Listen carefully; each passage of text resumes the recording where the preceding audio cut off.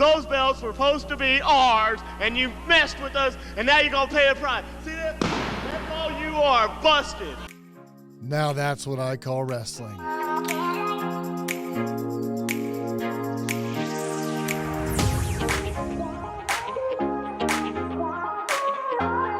Hey there, sports fans. My name is Kit, and this is Now That's What I Call Wrestling, the good, bad wrestling show. We are taking the best of the worst. We are putting it on the TV, watching it together, and just kind of like platonically holding hands, you know, just to support each other through it. Like my hand is touching your hand, and we're just kind of like, we're kind of locked in a little bit of eye contact when things happen, just to be like, you okay? You okay? We can stop if we don't. Are we okay? We can do this, right? We can do this. That's what we do here. We are continuing our journey chronicling the WWE, the real WWE, the World Wrestling Empire, Tulsa, Oklahoma, 1995 now. We're into the 1995s already. If you haven't been following along to the previous episodes, that's okay. It's pretty straightforward, but we're going to guide you through it. We're going to get through this together. I'm going to reach out. If you're ever feeling like this is too much, all you got to do is just reach out and put your hand on the screen. I'll be there with you. Let's not waste any more time, and let's start a reaction to the action.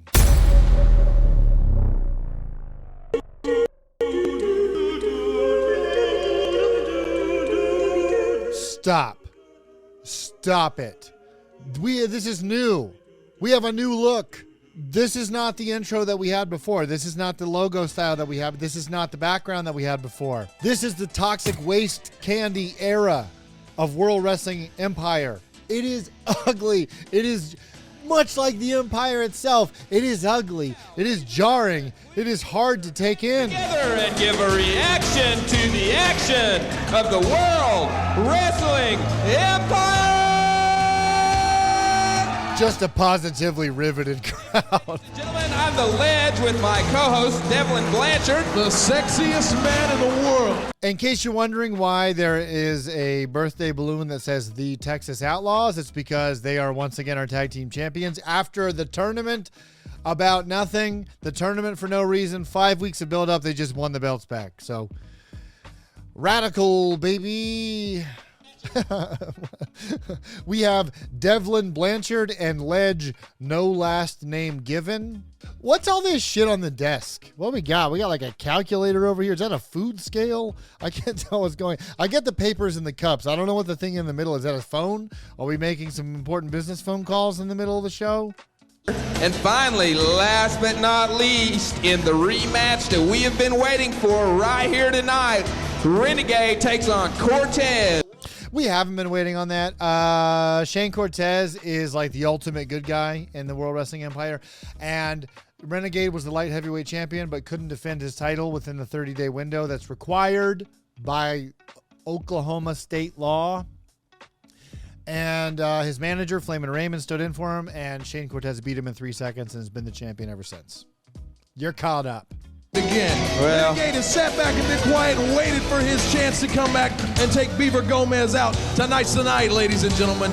I need you to stop. You got to stop. Beaver Gomez, Juan Valdez, it's not funny. It's weirdly kind of racist. What if I did that to you, Prince Devlin Blanchard? What if I was like, oh, Prince Devlin Blanchard over here. I mean, better known as like Danlin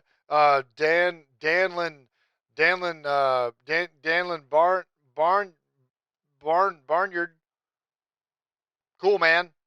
Devlin Blanchard. Don't go. Hey, oh, I'm sorry. You're going to get this right. I'm going to slap your head. Prince Devlin Blanchard. Okay. Don't go away. We'll be right back. You're going to get this right or I'm going to slap your head is a direct quote that at least 3 of my aunts have yelled at me with a shoe or a spatula in their hand at multiple points in my childhood. It's so hard to look at. It's like, it's just so aggressively ugly. And the background too. It's just so much black and yellow. The yellow drop shadow on the, what really happened here is that someone at the studio bought like a CD-ROM full of like new fonts and they just were really excited to use them. This is Prince Devlin Blanchard. I'm standing here at ringside with my good friend Flamin' Raymond. Team Windbreaker with the weird wrong hand handshake. they're united. I understand you're going to do it tonight. That's right, Devil. I'm going to do it tonight. Shane Cortez, get ready, buddy, because I'm coming after you. Cool, man. You had all day to think about it. That's what you came up with. You knew all afternoon you were going to wrestle this guy and you're going to do a promo, and then they cut to you and you're like, I tell you what, I'm going to wrestle you today, and you know what? I'm gonna wrestle you good. Raymond, tell it like it is, brother. You know, these people out in the Empire think that I'm going to do this house cleaner or whatever, slave for a day. Well, my attorneys have gotten themselves involved in this. Okay, so I got to explain what's going on because he just said some pretty wild shit. So basically, there was something that happened in some match that we didn't get to see because the tape's not out there, where he has to be someone's like house cleaner for the whole day, but they keep calling it slave for a day, which is really just like not a super comfortable 21st century way of talking about this. This was in 1995, which isn't an excuse. I'm just saying it really wasn't that long ago, and it's some pretty wild, dumb shit to say. Hey, nice hair, Flamin' Raymond. Where'd you buy it? Does it come in your size? Flamin' Raymond, no slave, Renegade, light heavyweight champion coming soon right here. Prince Devlin Blanchard, World Wrestling Empire. Bye-bye. What the dude? Okay, so like I was talking about how like it's not too complicated, but maybe I guess it kind of is. There was also something where Devlin Blanchard lost the match with the referee. We don't have that tape either. So he has to be like someone's like housekeeper for the day or whatever. I don't know, man. It's probably never going to happen. They keep that's a trope with this company. They just say a bunch of stuff over and over, and it just kind of never happens. So like we don't have to. It's like not a big deal at all. This is fine. Don't worry about it at all. All right, welcome back to the Empire. Renegade, I think he's ready. Of course he's ready. The man was robbed of the belt. I love these WWE sippy cups that they have going on here.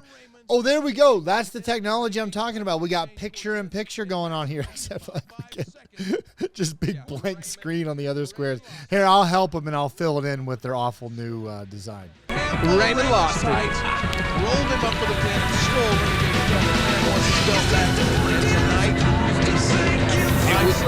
It was great. Michael the Rock Johnson and JT Rocker were supposed to be here 2 weeks ago in the final round of the tag team tournament to face the Southern Express.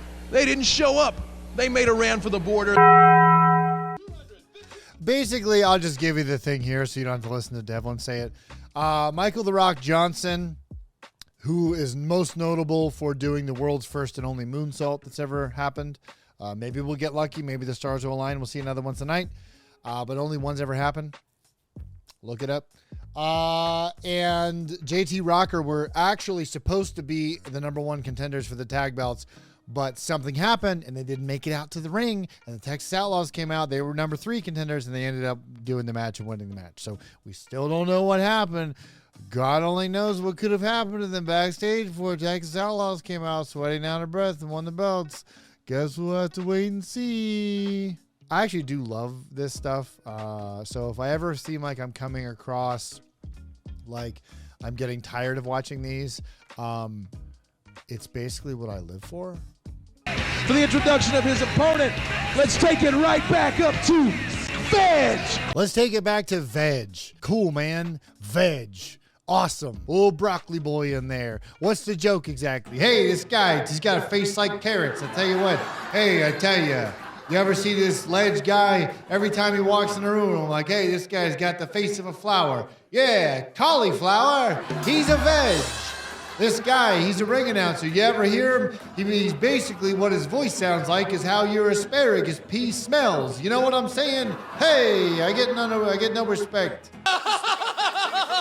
All right, ladies and gentlemen, his opponent this evening, standing 6 foot tall. I have a feeling they changed their awful new design to match Michael the Rock Johnson's bandana, which I love this photo of Michael the Rock Johnson because he's not ready. Like this photo with Michael the Rock Johnson is perfect because it very much looks like he's like, all right, y'all, tell me when you're about to take the photo and I'll smile, I'll be ready. But they snapped it like way before, like as he was saying that. And it's super cool that he's not the Rock like R-O-C-K, which, by the way, he's before Dwayne The Rock Johnson, so you tell me who's got a lawsuit.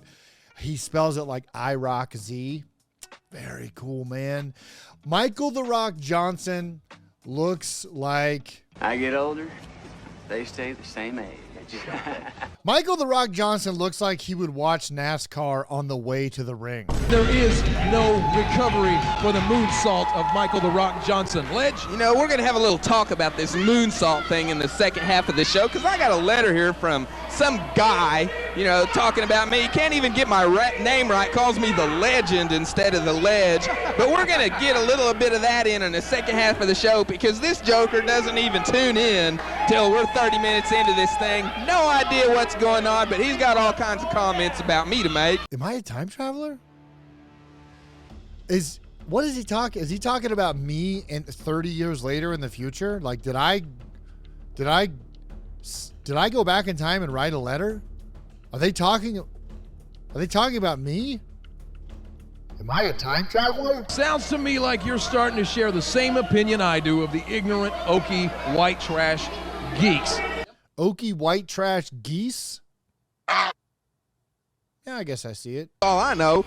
People that I know and associate with would not bother. Hot flag rolling action. Associate with Ledge have lives. Only people who don't have lives. Regular Dan threw that coat down far too hard for my liking. How many accessories do these guys have? Like, hey, you know what you do? The best advice, best fashion advice I can give you is before you leave the house, take off one accessory. You don't want to over-accessorize. And to be taken lightly. Oh, he's attacking Dirty Dan from behind. There's the bell, and here we go, ladies and gentlemen. Michael the Rock Johnson moves in. He knows he's got to get... Kudos to Regular Dan for trying to get up on that body slam, but I think he jumped about 14 seconds too early. I love this slow, sloppy roll over the guy's back to strangle him on the top rope. Dangerous maneuver on any trampoline in the country. These guys really like to work on the upper body a lot more than they work on the legs, as we see some of the other wrestlers do. The reason for that is the lungs are located in the upper body. The central motor for a professional wrestler has got to be his lungs, his cardiovascular system. You take the air away from the man, he's got to give out. He's got to give out. His brain's going to give out. I think both their brains gave out a long time ago. I think your brains would have to go out to watch this show and believe anything that any of these people are saying. What? So you work, so Regular Dan is working a hold on Michael the Rock Johnson's arm in order to attack his lungs? Waste of time. Why would you beat his kidneys when you really should be beating his lungs? Also, like, what do you mean attack lung? Like the lung punch? Going for the lung punch, brother? Hey, it's a good strategy as a wrestler. If you can't breathe and stay alive, then you can't win a wrestling match. You ever think about that, big boy? You ever think about your precious little oxygen coming in and out of your little baby nose? That if you can't do that, then maybe I'll become the fake wrestling champion then? Shrewd, bold strategy. It's a good point. I mean, if you're a pro wrestler, like if this is real, why wouldn't you just murder the guy? Rock Johnson's in a little trouble. Oh, and Dirty Dan Wilder throws Michael the Rock Johnson out of that second rope. You know, I'm surprised we didn't do this. The idiot tripped and fell. Oh! Did he knock a cowboy hat out of him? See, that's the problem, man. That's the problem because Dirty Dan, everybody knows, every lady in Texas knows that Dirty Dan only takes off his hat for one reason. And then, I don't know, make a joke out of it. Like show Smokey and the Bandit, but then just do like toilet shit. Don't you ever take that hat off for anything? Sure. I take it off for one thing. And one thing only. Oh. Take your hat off. If you want to. They call you the Bandit. I want to. Toilet shit joke. I know what happened. I'll give you $100 to tell me right now. And I'm pretty much disgusted by it. I don't want your money, Devlin. Why is he going after Bone Crusher? It's just like your fingers. There's no telling where it's been. Do what now? Oh, a nice body slam by The Rock. Okay, hold on. We've seen this before. I don't want to get our hopes up. I don't want to promise us something that might not happen. But that's the exact setup that Michael the Rock Johnson used once before. The only other time in the history of the planet that there's been a moonsault. Could we be seeing an unprecedented second moonsault?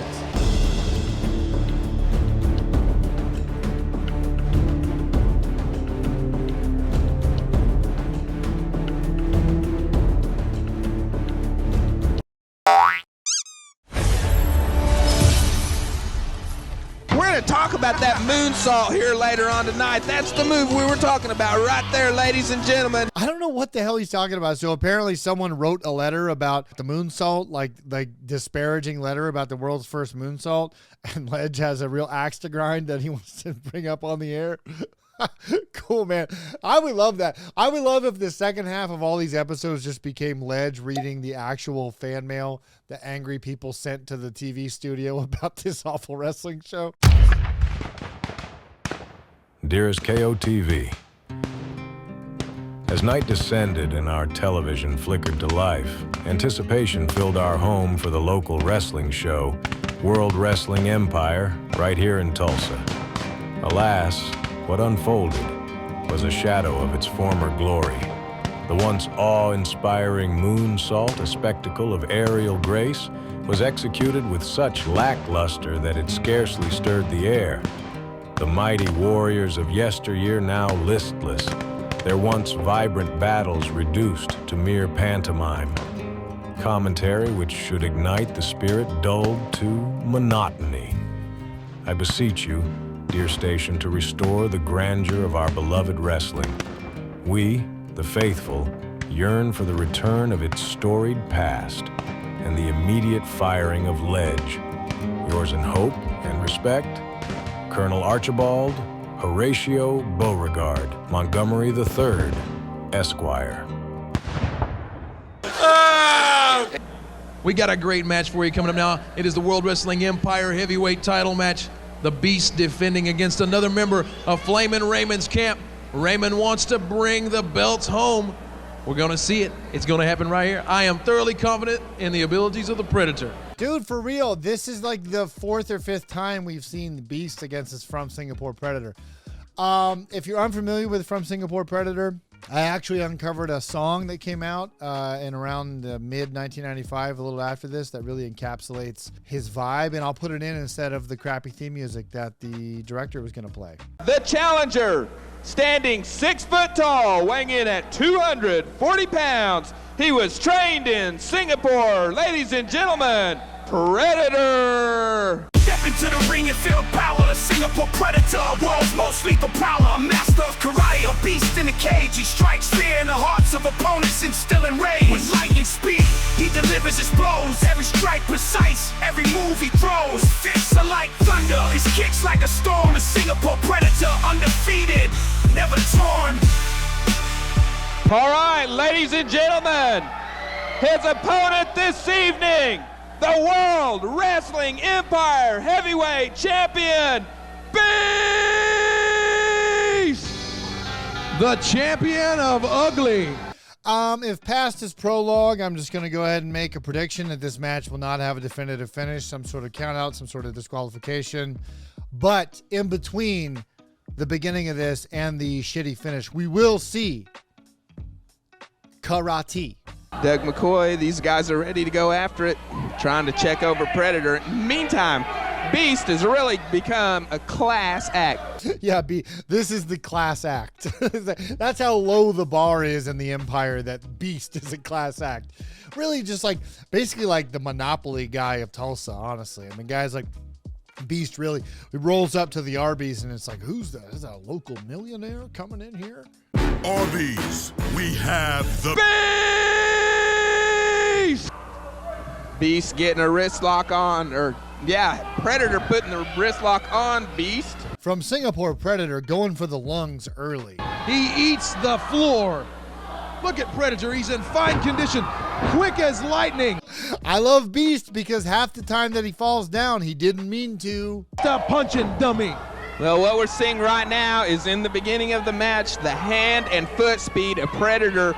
If you didn't know any better, you would just think that these guys didn't know that wrestling is the performance art that it is and just were out there trying to do it for real. Like, that's what I love about it. It's just sloppy, probably hurts, and maybe it's probably a little dangerous. So I guess it's contagious. Whatever Beast has that makes him fall down by accident has now been passed on to From Singapore Predator. The big tactic that From Singapore Predator is going for is a very legitimate and real looking body slam that would happen in like a fight outside of a Kentucky Fried Chicken. Predator knows small man himself. Another savate kick to the throat. You can see Beast's chest is getting very, very red and very purpled. You can tell that Beast's lungs are really getting a workover in this one because they're getting purpled. If getting purpled means that he's being weakened, then his legs are fucked. Planning on doing, it was kind of pathetic, sad. I'm sure he had relatives rolling over in their grave over that one. Well, I hope you're happy because he's sitting in the back. That's a hell of a maneuver. I love that. I love the grab the guy's arm incorrectly and just sling him, not into the ropes in the middle, not into the corner, but in between. You know, they don't talk about it a lot. You hear a lot about where the hardest part of the ring is. The actual hardest part of the ring is somewhere like 2 feet or so between like where the turnbuckle is in the middle of the rope. That's just unforgivable. It's almost like neither one of these guys are aware that there's a camera and that they should position themselves in such a way that the camera gets a good view of what they're doing, or even that there's an audience around that maybe wants to make sense of the action or what's happening or the maneuvers that they're attempting to do to each other. It's almost like these two are just in their own little world, man. And like everything else goes away. And when they're just there together, it's just like two spotlights that just join into one and their just eyes are locked. And the only thing that matters on the planet is just the dance that these two are experiencing together. It's beautiful, really. I've always said that the Beast from Singapore Predator feud was the Nicholas Sparks novel of wrestling storylines. The champion now. Oh, and now Predator's lining up with that savate stick, and he's going after the Beast. How do you like that, Ledge? Now we got There's truth, justice, in the American way. Hey, double count out. There was not an actual finish to a From Singapore Predator match. What a shock. Hey, From Singapore Predator, if you're watching this, I know you are because you see everything. I've seen every cock on the planet. I don't have a problem with it. I don't have a problem with it because you know what I love about From Singapore Predator matches? First of all, there's more karate than you'll ever get in the rest of your year. If you watch one From Singapore Predator match, you will see more karate in those 6 minutes than you will for the entirety of the rest of the year. And two, your matches are short. We get each other, man. The next time you want to work an angle with somebody that's like a Nicholas Sparks novel, you don't have to look far. From the edge of darkness, Nightstalker. Okay, so really quickly, we've heard that he's from the edge of darkness. We know his name is Nightstalker. Before he comes out, don't scrub ahead. I want you to close your eyes or keep them open. If you're afraid of the dark, that's fine. If you're just a little baby. And think about what you think Nightstalker from the edge of darkness would look like. And then I want you to get your hopes way up. Coming in from the edge of darkness, he's a big masked man standing around 6'2", 6'3", weighing around 240 pounds. I know as I spoke to this man a little earlier, he likes to brutalize his opponents. He likes to hurt people. Nightstalker with that enormous tassel coming out of his mask looks like he's one of the many, many victims of that lady who put a curse on Beast Castle and like turned all the chefs and workers into lamps and shit. Of the ledge. All right, ladies and gentlemen, his opponent this evening, standing 5 foot 9 inches tall, weighing in at 215 pounds, from Mena, Arkansas, Scott Storm! Scott Storm. This doesn't look like a storm to me. It looks like nothing more than a sunny day. All right, that's your first try at a joke, bud. I tell you what. Hey, Devlin, I know we've been working on this, little buddy. It's okay. I'm up here. Hey, I know we've been working on this, little buddy, and I want to give you another. I know you tried really hard on that joke, and you did try. I saw you had that written down from earlier, and you took my advice, but it didn't land, pal, and it didn't make a lot of sense. So if you can, we're going to give you one more chance, buddy. It's okay. Life's about second chances. You got your whole life ahead of you. So let's forget that happened. Let's just try it again. This guy ain't much of a storm, Ledge. This looks more like a drizzle to me. See? Look what happens when you try hard. He doesn't look like a storm. He's a drizzle. That's so much better, Devlin. Let me put a gold star up on your name here. Oh, I thought it was great. You know, by the way, when are you and Raymond going to go out and do the slave for a day thing? I'm really looking forward to that. For Dog McCoy. Well, you will not see it. It will not be shown on this show. I guarantee you that. Well, I can tell you by now, Devlin Blanchard, it is already too late. It is done happen, buddy. All right, and here we go. Nightstalker and Scott Storm. That is something I've never seen in my life. I was getting nervous because as they started this match, I was remembering Scott Storm from last episode where like he's just too capable. He's definitely riding in the Kansas car, and he's too capable of a wrestler for this show. And we started off in a bad zone here where we had like some good back and forth, and then we got what we came for, which is whatever the hell happened there. Dude fell down, Scott Storm fell on top of him. It made no sense. That's why we tune in every week. Oh, well, those are pretty colorful, kind of nice, don't you think? Yeah, I think they were white before somebody threw up on them. Good move by Scott Storm, able to reverse it. Big body slam. Scott Storm with a high drop kick. Hey, Scott Storm, real quick, stop. Go ahead and stop. I don't know what you think you're doing. I don't know what you think you signed up for. I don't know what you think if you think we're here just to watch you wrestle in an effective and capable way, but nobody came to see that. So get your act, look at me in my face. Get your act together, stop jerking around, and do something embarrassing, okay? People are watching. Storm, he's making his way to the top. We've seen him do this before. It's the sunset flip off the top rope. Nice move by Scott Storm. There you have it, ladies and gentlemen. I'm just disappointed. I'm disappointed. I expected so much less out of these guys, and they let me down. And honestly, had like a hot little 4-minute match, and that's 4 minutes we'll never get back. I'll never get that time back. It's hard when you're trying to build trust with an audience, and there's an expectation when you tune into Now That's What I Call Wrestling. You have an expectation, and today with this particular segment, we didn't meet that expectation. We were going to strive to never let that happen in the future. Again, we're going to do everything within our power, which is very limited because this is a 30-year-old tape that I can't control. But please don't leave us. This is The Ledge. I'm standing here with JT Rocker and Michael the Rock Johnson. Oh, we're so back, baby. Just take a look. We've seen Michael the Rock Johnson. We know what to expect from this guy.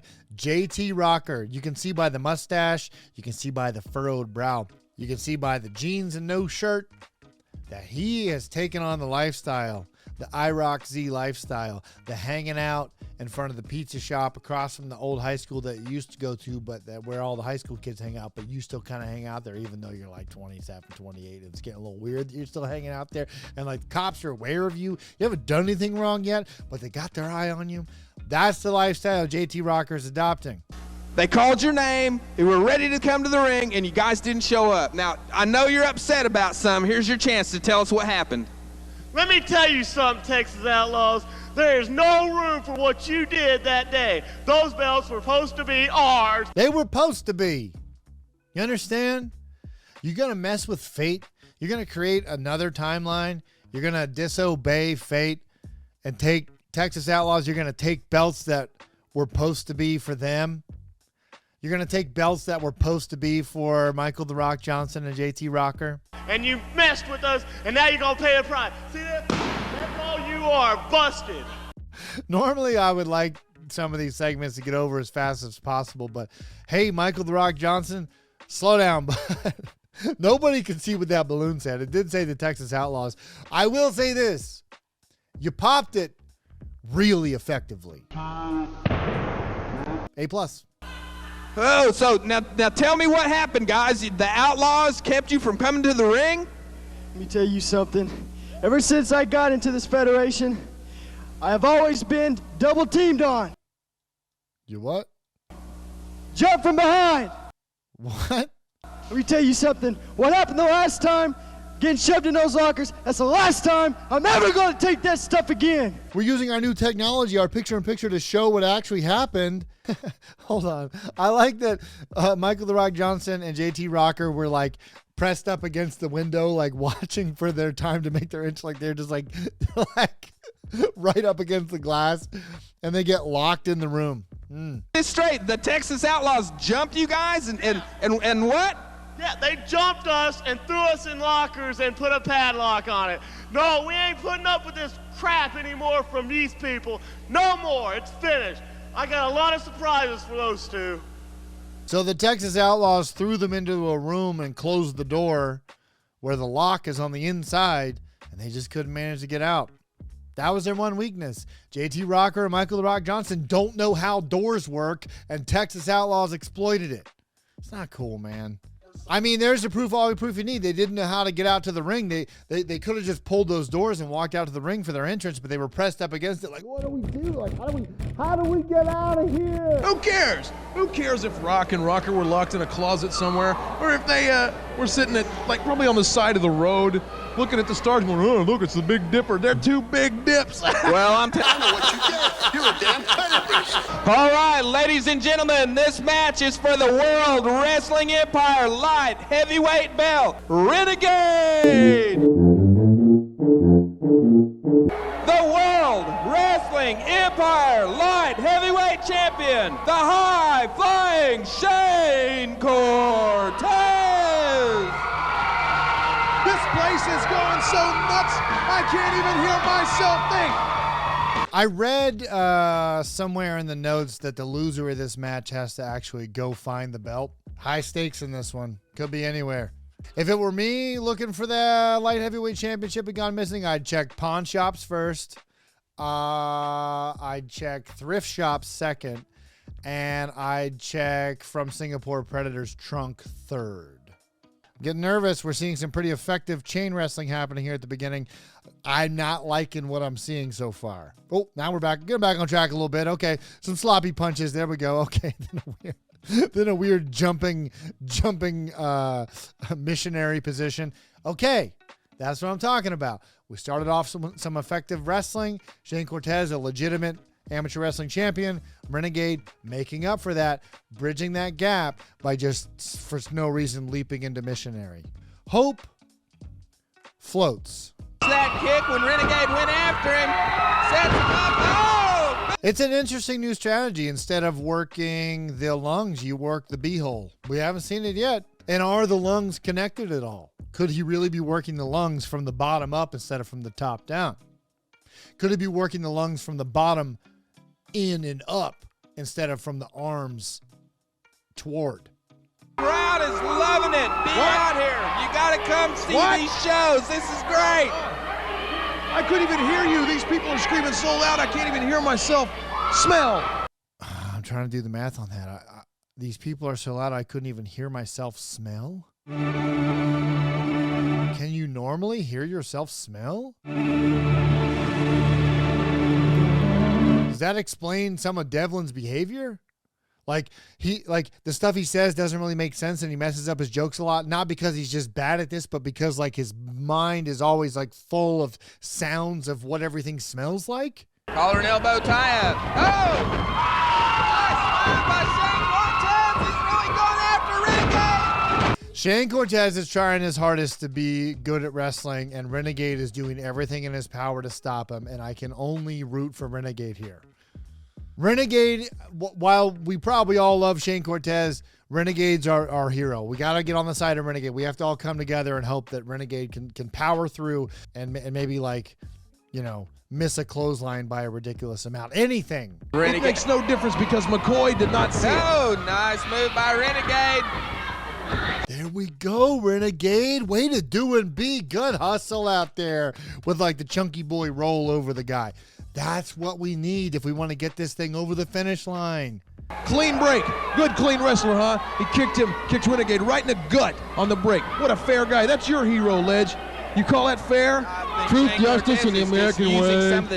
Truth, justice, American way. Okay. So, because of all the smells coming in through Devlin Blanchard's ears, all the sounds of smells that are coming in, that means that Ledge must sound like Mr. Mackay, from South Park. Everything's just falling together. It's all making sense. Cortez is in deep trouble now. Oh, and there Renegade trying to get a little revenge for that atomic drop. Oh, no, Jesus. Renegade, no. Too far. Renegade has overcorrected. We had some good wrestling happening, and we didn't want it. We wanted good, bad wrestling, but then he took it into dangerous wrestling too far. I appreciate the effort, but you just killed man, I think. Both men back to their feet. Cortez able to get Oh, no! Frankensteiner, nice move by Shane Cortez. There it is, This is The Ledge with Devin Blanchard. You're watching the World Wrestling Empire, and we're going to be right back after these commercials. All right, ladies and gentlemen, we're back, and this has been an awesome night in the World Wrestling Empire. Right now, they're over there working on Shane Cortez. We're going to take this opportunity. I want to read just a little bit of this letter that somebody you know sent in. So now we're finally going to get the letter that Ledge has been building up. This is the rare instance where something gets built up by Ledge and Devlin, and we actually have some sort of payoff. Let's get our hopes all the way up. You know, I got to comment on this. The letter says, I've heard the legend, see, they can't even get my name right, talking with one of the wrestlers about unveiling a brand new move called a moonsault. For your information, that move has been around since at least 1989 when Kumodo popularized it in the States and has been used to the extent where it is almost wore out and anyone with any skill can do it. Now, I'm going to comment on this first thing first. Nobody I know. No, but not everybody with skill can do this. You don't see Hulk Hogan or people like that doing the moonsault. Why? Because they can't. You don't see Vader doing it. You don't see anybody doing it. Oh my God, Ledge going in hard on Hulk Hogan, on the Hulkster brother. You don't see Hulk Hogan doing a moonsault. Bad news, Ledge. 452 pounds. So a guy writes in, so a wrestler in World Wrestling Empire says that he's going to do a moonsault, and no one in WWE's ever done it before. So this guy watching at home, this is how you know wrestling and wrestling fans have not changed at all. A guy at home gets so pissed off about this that he writes a letter saying, I'll take a double triple grimace shake on a Giat, 4x4 Sigma style, extra quandial tingles with its skibidi in a squeeze, late Ohio grease, make it edge, rizz it and let it to mew. Baby, now that's what I call wrestling. What the Sigma?